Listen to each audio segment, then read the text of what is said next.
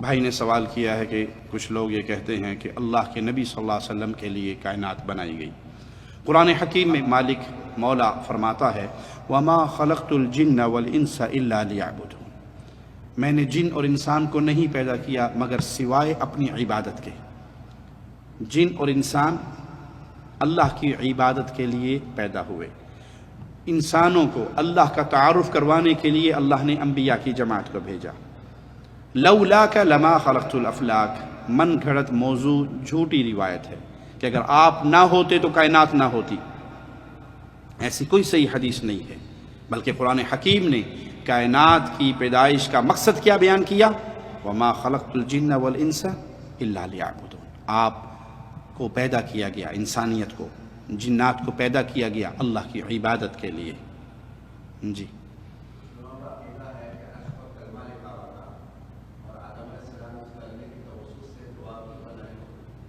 جی یہ من گھڑت جھوٹی روایت ہے کہ آدم علیہ السلام 40 سال تک روتے رہے، ان کی دعا قبول نہیں ہو رہی تھی، تو ایک دن ان کا ہے اللہ تجھے محمد صلی اللہ علیہ وسلم کا واسطہ ہے، تو اللہ نے کہا تو کیسے جانے محمد کو صلی اللہ علیہ وسلم؟ کہ جب میں جنت سے نکل رہا تھا میں نے دیکھا تھا عرش پہ لکھا ہوا تھا لا الہ الا اللہ محمد رسول اللہ، تو میں سمجھ گیا کہ بہت بڑی ہستی ہے، تو اللہ نے کہا کہ اس کے نام سے جو بھی کوئی سوال کرے گا تو اس کی بات مانی جائے گی، اس کا سوال پورا کیا جائے گا۔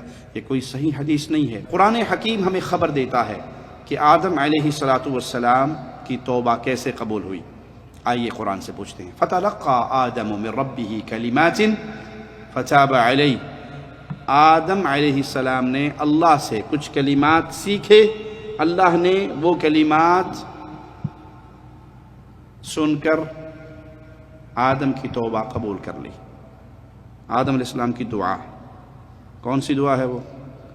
ربنا ظلمنا انفسنا وَإِن لَّمْ تَغْفِرْ لَنَا وَتَرْحَمْنَا لَنَكُونَنَّ مِنَ الْخَاسِرِينَ، اے اللہ ہم دونوں نے ظلم کیا اپنی جان پہ،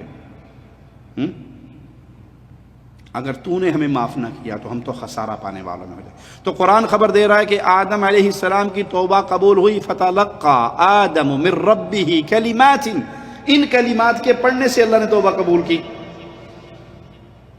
تو وہ جھوٹی روایت ہے اور یہ قرآن کا سچا فیصلہ ہے۔ اچھا چلیں، جن بھائیوں کا یہ عقیدہ ہے کہ نہیں نبی صلی اللہ علیہ وسلم کے واسطے سے ہی دعا قبول ہوئی، انہی سے سوال کرتے ہیں۔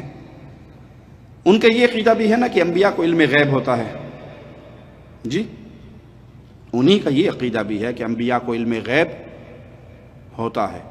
تو جب شیطان آدم علیہ السلام کے پاس آیا تھا بہکانے کے لیے، تو آدم علیہ السلام کو تو پتا تھا نا یہ شیطان ہے،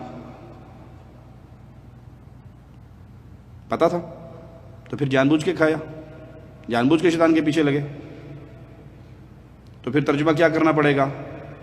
ربنا ظلمنا، اے اللہ ہم نے ظلم کیا اپنی جان پہ۔ اصل ترجمہ کیا ہے؟ اپنی جان پہ۔ اور اگر یہ مان لیں کہ انبیاء کو علم غیب ہوتا ہے تو ترجمہ کیا کرنا پڑے گا؟ اللہ ہم نے ظلم کیا جان کے۔ ترجمہ کون سا ٹھیک ہے، جان کے یا جان پہ؟ نہیں، تو نبی کو علم غیب ہوتا ہے، آدم کو پتا تھا کہ یہ شیطان ہے، جان کے بعد مانی؟ پتا تھا یہ درخت چکھنے کے بعد جنت سے نکال دیا جاؤں گا تو جان کے دنیا پہ آئے؟ پتا تھا یہ درخت چکھنے کے بعد جنت کا لباس چھین لیا جائے گا تو برہنہ جان بوجھ کے ہوئے؟ ہم نے ظلم کیا اپنی جان پہ یا کہ؟ جان پہ۔ تو بھائی قرآن حکیم کی آیات کو سامنے رکھیے اور صحیح احادیث کو سامنے رکھیے، موضوع من گھڑت روایات کے اوپر عقیدہ نہ بنائیے۔ درد کے ساتھ، محبت کے ساتھ، پیار کے ساتھ آخری پیغام آپ کو دیتا ہوں، اگر آپ کے عقیدے کی اصلاح ہو گئی،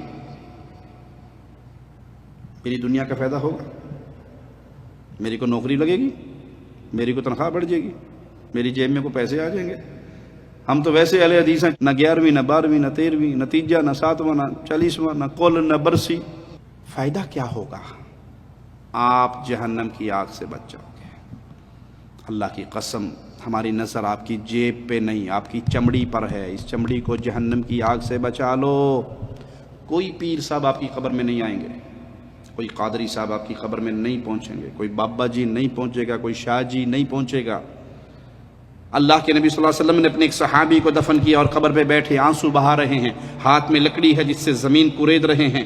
ایک الفاظ روایت کے یہ ہیں کہ آپ نے فرمایا اپنے صحابہ سے لِمِثْلِ هَذَا فَعِدُّ، اس قبر کے لیے تیاری کر لو۔ ایک الفاظ ہیں کہ آپ نے ایک جنازے پہ یہ کہا اپنے بھائی کے لیے دعا کرو۔ وہ کون ہے؟ صحابی رسول۔ وہ کون ہے؟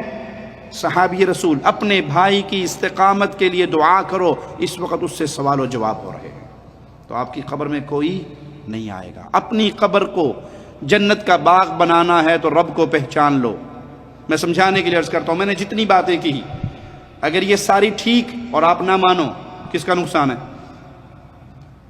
جی آپ کا۔ اور جو کچھ میں نے کہا سارا غلط اور آپ نے مان لیا، کس کا نقصان ہے؟ آپ کا۔ کیا مطلب ہوا اس کا؟ بھائی خود پڑھو، او بھائی خود سوچو، او بھائی خود تحقیق کرو، قرآن ترجمے والا لا کے آنکھیں کھولو۔ آپ اردو جانتے ہیں، ہندی جانتے ہیں، بنگالی جانتے ہیں، جو زبان جانتے ہیں، قرآن ترجمے والا ہر زبان میں موجود ہے، صحیح بخاری ترجمے والی ہر زبان میں موجود ہے، خود پڑھو۔ 2 رکعت نماز اندھیرا جو حال امام کا وہی میرا، اللہ اکبر۔ چھوڑ دو اس کام کو، اندھے نہ ہو، خود تحقیق کرو۔ تحقیق کرنے کی دعوت کون دے گا؟ جس کی جھولی میں اصل سودا ہوگا، اور جس کے پاس 2 نمبر ہوگا کہے گا قرآن ترجمے سے نہ پڑھنا، گمراہ ہو جاؤ گے۔ وہ قرآن ترجمے سے نہیں پڑھنے دے گا۔ اہل حدیثوں کی بات نہ سننا، یہ آپ کو گستاخ بنا دیں گے۔ ہم کہتے ہیں پیارے بھائی خود تحقیق کیجئے، خود پڑھیے، خود حق کو تلاش کیجئے۔ کیوں؟ آپ کی قبر میں کسی اور نے نہیں آنا، اپنی قبر کو خود سنوارو۔ کیسے؟ قرآن کو ترجمے سے پڑھ کر، حدیث رسول کو ترجمے سے پڑھ کر۔ جس مولوی سے مسئلہ پوچھو کم از کم اس کو روک کے پوچھو، حدیث کا نام بتا، کتاب کا نام بتا، چیپٹر کا نمبر بتا، حدیث کا نمبر بتا۔ جب مولوی سے یہ یوں پوچھو گے، وہ جھوٹ مارے گا؟ وہ جھوٹ نہیں مارے گا۔ اور جب آپ اس کو برہمن کی طرح چھوڑ دو گے، مولوی صاحب نے جو فرمایا، حق فرمایا، سچ فرمایا، تو پھر تو آپ کو برباد ہی کرے گا۔ تو جہاں مولوی گمراہ کرنے میں قصوروار ہیں، عوام گمراہ ہونے میں قصوروار ہے کہ یہ دنیا کے ہر مسئلے پہ چیک کرتی ہے۔ مشینری لینی ہے تو Japanese, made in Japan. China کی لوگے؟ ارے نہیں میاں تو خراب ہو جاتی، چلتے 4 دن چلتی جی، نہیں چلتی ہے، نہیں لینی جی، نہیں ہونی جی، ہم کو جاپان کی ہونی، کم از کم کوریا کی ہونی، نہیں تو ملیشیا بھی چلے گی۔ یہاں آپ سارے برانڈ جانتے ہیں، کون سی اوریجنل ہے، کون سی جعلی ہے، سارا پتہ ہے۔